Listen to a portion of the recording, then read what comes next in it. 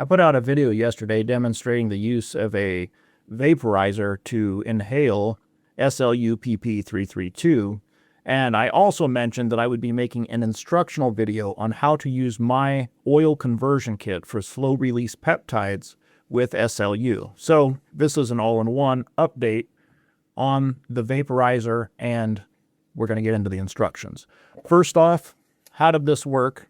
And because I'm going to be working with my hands here, I've got the gloves on. This lasted in feeling for about 2.5 to 3 hours. The interesting thing was that I actually lost a lot of water weight over the last 24 hours since I made that video. I was kind of bursting full, on that last video, and now I'm kind of just a little bit drier. I don't know if you can see it on screen. I can see it in the mirror, and I know what went on in the meantime under the can. So anyway, it did have body effects. I took about 3 pulls off of this, and that was it. I didn't take any today. It's just from overnight, I assume.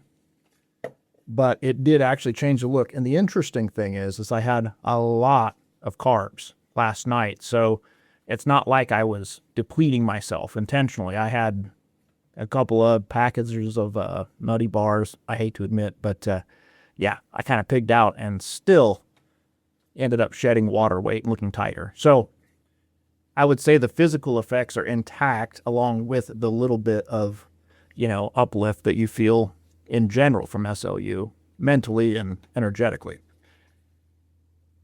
And you might be wondering, well, if it doesn't cross the blood-brain barrier, then how is this working? Well, HPBCD actually works really well for intranasal delivery. So when you inhale this, you're getting in your lungs, you're getting in your, sublingual and buccal pathways a little bit of the nasal. So it's kind of an all over all those other little vaporized receptors, like your sublingual pathway and stuff like that. They're all getting a little bit of that, so it's fairly instant.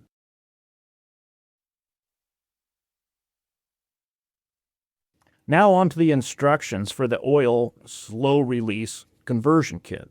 Now, how is this used with SLU? Now, this is essentially my same oil kit. Comes with instructions, etc., etc. But there are a couple of things that you have to observe and do slightly differently with SLU, just because it's a little more stubborn in the way that it all comes together.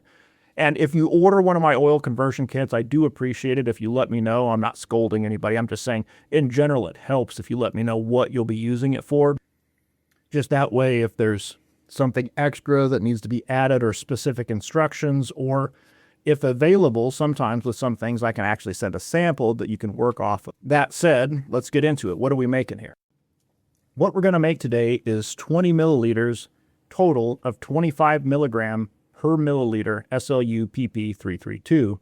And the main carrier is pure organic castor oil, which is very thick and viscous. So that viscosity, once injected, is what leads to the longer, slower release time and the steady supply in your body. And that's the only reason, to me, to use an injectable of this. The sublingual works fine. Oral and high enough doses are made correctly. But this would give you a constant, if that's what you're going for. So basically, working off my own instructions, I've got everything measured out. For 20 milliliters, I've got right around 7 milliliters of the solvent mix. Somebody had mentioned they thought I'd probably use DMSO as part of this. It's true. There is some DMSO in there. There's also standard antibacterial and 2 emulsifiers to help blend everything together. So SLU is extremely insoluble in water, never will solve. It's not really very soluble in oil, and so it has to be solvent in the emulsifiers and everything else, and then that has to blend. So I'm going to take you through this. This is a large amount of solvent to use, but just understand it's not all solvent. It's actually the antibacterial and the emulsifiers in addition. But I've already got this measured out. I've got 7 mils of the solvent mix. Actually, will this work? I'm going to do this the other way. I send a bottle to mix this with, but I'm just going to dump this in my cup. And I'm just mixing the 500 milligrams of SLU pure powder with the solvent. as gently as possible. I didn't think about it before I put it in this plastic cup, or else I would have put it in something else, but the static electricity will actually kind of bond that to the cup, so I had to put the solvent in here to get everything back out. So if you don't want to make that mistake, learn from this, but it'll come out. All right. And we're just getting that all mixed. It looks like, you know, nasty half-made tapioca pudding or something at the moment. That will change in a little bit here. Hold this. Go. Let that drain. Set this aside while that drains. Make sure it doesn't tip over. And I've warmed up a cup of water. Now it's just 2 plastic cups with about 16 ounces of water in it. And what we're going to do is once we get this into the solvent mixing bottle completely, I'm going to put the cap on, leave a little room for air, and swirl this in hot water. Now you want your water warm but not boiling. We're not trying to melt the plastic bottle we're mixing this in. We just want to warm the whole solution. That's pretty good. Let's see if I can get a little more out of there.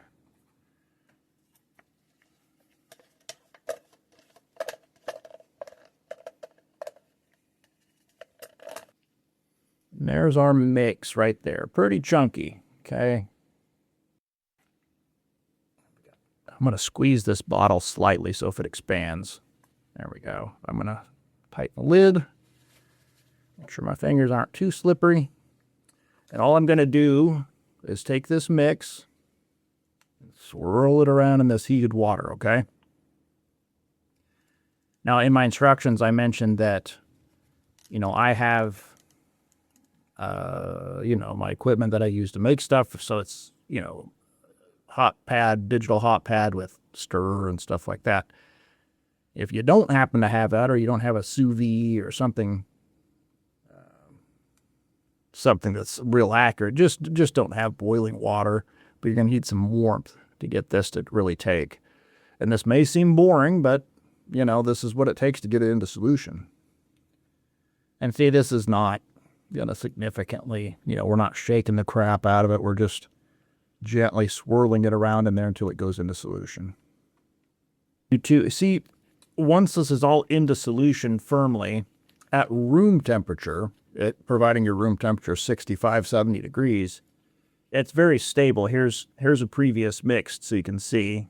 It's pretty uniform. Now, my room right now where I'm working in is not even 65 degrees. And the thing is DMSO is a strange creature, and the emulsifiers really like the DMSO, and it really likes the target substance. And so in your refrigerator, you can have some gelling to where that solvent mix is pulling away from the oil. But at room temperature, at body temperature, everything's going to be pretty cohesive. And when I've taken shots of this, you can tell when things aren't in solution because you'll get the big rub.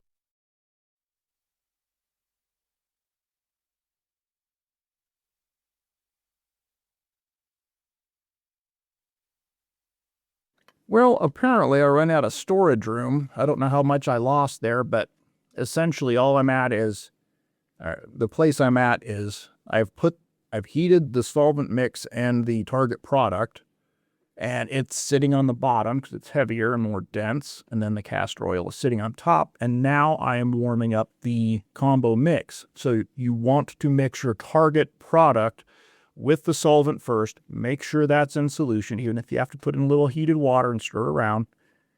As I've stated, this is 16 ounces of water in a medium-sized microwave for 2 minutes. It's not boiling, it's not cool, it's nice and hot, but not boiling, okay?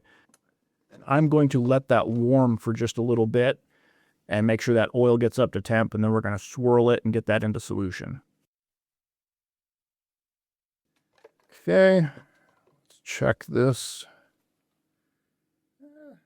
Let's see, it's starting to mix. You can see we're getting this dense, thicker stuff at the bottom starting to float up to the top. I'm going to swirl it.